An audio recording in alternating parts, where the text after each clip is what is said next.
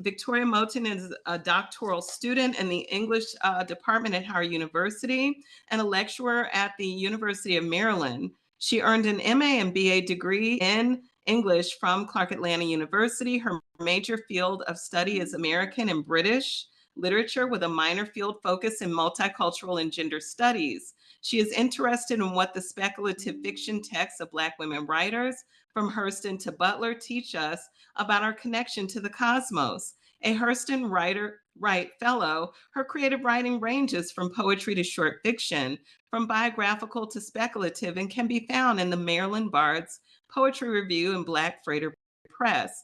Victoria has spoken on the contributions of Black women in literature and history at the College of William and Mary Lemon Legacy's Porch Talk, The Search for Founding Black Mothers, Morgan State University Department of Advanced Studies, Leadership and Policy Brown Bag Speaker Series on the Search for Founding Black Mothers, Digital Storytelling as Reclamation, and the University of Victoria Digital Humanities Summer Institute on the Search for Founding Black Mothers, Digital Humanities Program. Good evening. Thank you. Thank you so much for the introduction. Thank you for, adding my piece to this wonderful text. I wondered how Black women speculative fiction writers infuse ancestral knowledge into their writing, and thus was born this idea of mothership intuition. So I'll just go over my chapter and then end with the closing of my chapter. So in my chapter, Mothership Intuition, Black Women Protagonists in Afrofuturism, I explore how women protagonists in Afrofuturists and Afrofuturist adjacent texts are in conversation with the cosmos, thus rendering them the ability to transform themselves and the world around them.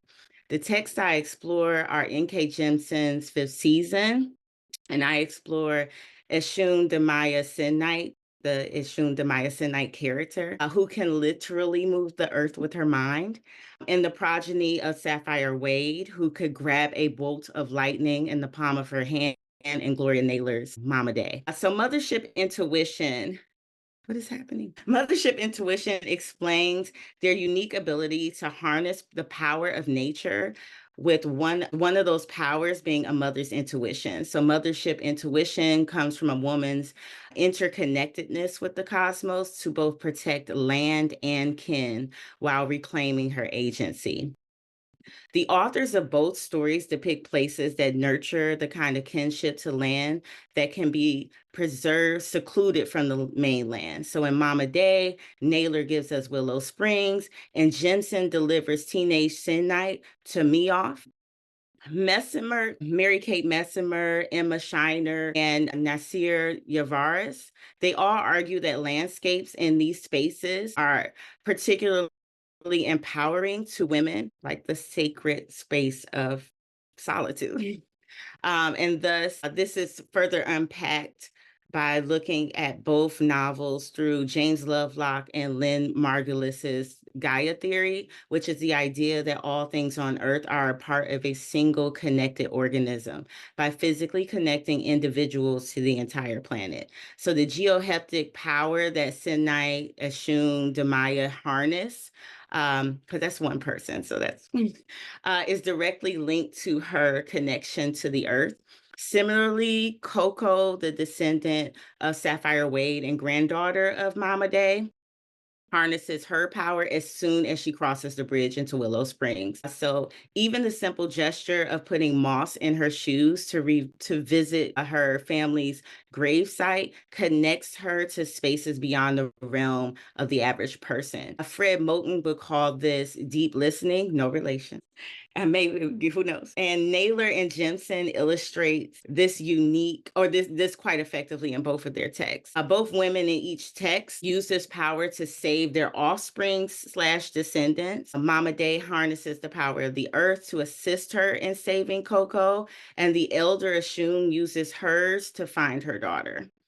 I also explore the ways in which the domination of women and the degradation of the environment are consequences of patriarchal perceptions of progress. So progress often involves destruction that we must tear down in order to build up. But the matriarchs in these texts represent the reclamation of that loss of agency. In their caring for the land and in communion with it, we see the empowerment of Mother Earth. This is another way Mothership intuition is illustrated. They're not saving Earth, they're working with her. Something that Laurel Bollinger would call semi-biogenesis. Women have no choice but to respect the mysterious forces of nature. She argues that the female identity is always at least potentially plural. So the self and other connection is not something that's completely foreign to women. In reading this text, it's made clear to me how Naylor and Jimson directs us to listen to the land before it's too late. But in listening to the land, one that we've mined and polluted, it is a way of listening to other marginalized communities as well. If we listen, then what can we learn? Coco reflects in Mama Day, quote, but there are things that you just know are never going to happen, or do you? Mountains flying, birds on the moon. Then again, there are degrees to these impossibilities. Since Earth is really a satellite, you can say mountain ranges are flying through space, end quote. On this rocky vessel, pulsing with light, I'm rocketing through the cosmos, we must listen to our engineers, the ones who know when it's time to refuel the ship, how to maintain its mysterious functions, the stewards who look after more than just humanity. Listen, really listen. For those who hear the call will find salvation. Afrofuturist writers like Naylor and Jimson have infused in their writing messages calling us back to the mothership, calling us back to Mother Nature. That's it. Ashe, thank you so much.